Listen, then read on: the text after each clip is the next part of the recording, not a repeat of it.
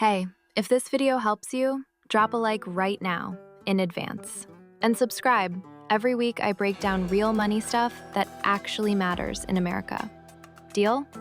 Let's go. When I first moved to the United States, I had money in my bank account, a job offer, a plan.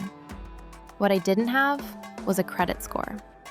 And I had no idea how much that would matter. I tried to rent an apartment. Denied. I tried to get a phone plan without a deposit. Denied. I tried to finance a used car. The interest rate they offered me was 22%. 22%. Because I was invisible to the system. Here's what nobody tells you when you arrive in America. Your financial history from your home country means nothing here. Zero. It doesn't transfer. You start from scratch, like a financial ghost. But here's what also nobody tells you. You can go from zero to a good credit score in about 12 months, if you know what you're doing. That's what this video is about. First, let's talk about why this even matters. In America, your credit score follows you everywhere. Landlords check it before renting you an apartment. Employers check it before hiring you for certain jobs. Banks use it to decide your interest rate on a car loan or mortgage. Even insurance companies use it to set your premium. Your credit score is basically your financial reputation in this country. And the system is designed for people who were born here and started building at 18. If you came later, you're playing catch-up. The score itself goes from 300 to 850. Below 580, you're in trouble. 580 to 670, fair. You'll get approved for things, but at bad rates. 670 to 740, good. This is where life gets easier. Above 740, excellent. Best rates, best terms, landlords love you. Most people need to know this. Very few people explain it clearly. Your credit score, specifically the FICO score, which is the most common, is calculated from 5 things. Payment history, 35%. This is the biggest one.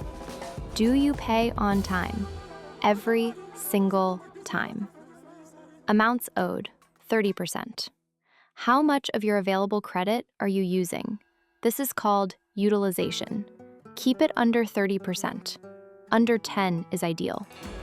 Length of credit history, 15%. How long have your accounts been open? This is why you should never close your oldest card. New credit, 10%. Every time you apply for something, it creates a hard inquiry. Too many in a short time, your score drops. Credit mix, 10%. Having different types, a card, a loan, an auto, helps, but don't go crazy chasing this one. The most important, pay on time, keep balances low. Everything else is secondary. Okay, so how do you actually start? Step 1, get a secured credit card. A secured card works like this. You put down a deposit, usually $200 to $500, and that deposit becomes your credit limit. You use the card for small purchases. You pay it off in full every month, and the bank reports your activity to the credit bureaus. That's how you start building history. The best options for beginners? Discover it secured, no annual fee, cashback rewards, and after 7 months, they review you for an upgrade. Capital One Secured MasterCard, low deposit requirements, easy approval. Open Sky Secured, doesn't even require a bank account or credit check. I started with a Discover It Secured, bought groceries and gas on it every week, paid it off completely every month, set up autopay so I'd never miss.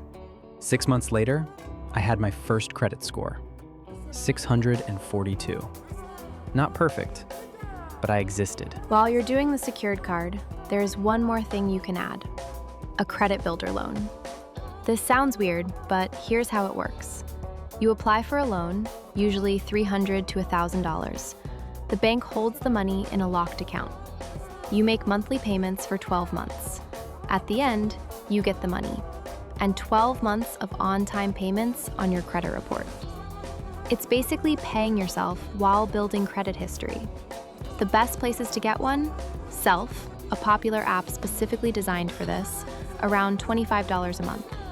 Local credit unions often offer better rates. Some community banks. Check with your local branch. Combined with a secured card, you're now building two types of credit at once: payment history, credit mix. The system is starting to see you. Let me save you from the mistakes I almost made. Mistake number 1, applying for too many cards at once. Every application is a hard inquiry. 5 inquiries in a month looks desperate. Your score drops. Apply for one thing. Wait 6 months. Then maybe another. Mistake number 2, carrying a balance to build credit. This is a myth. Carrying a balance doesn't help your score. It only costs you interest money. Pay it off every month. Mistake number 3, closing your first card when you get a better one. Keep it open. Use it once every few months for a small purchase. Your oldest account is gold for your length of history. Mistake number 4, missing a payment. One missed payment can drop your score by 60 to 100 points. Set autopay. Always. No exceptions. Let me give you a realistic picture of what to expect. Month 1 to 6, building your foundation. Secured card opened. Credit builder loan started. No score yet, or a very thin file. Be patient. The bureaus need at least 6 months of data.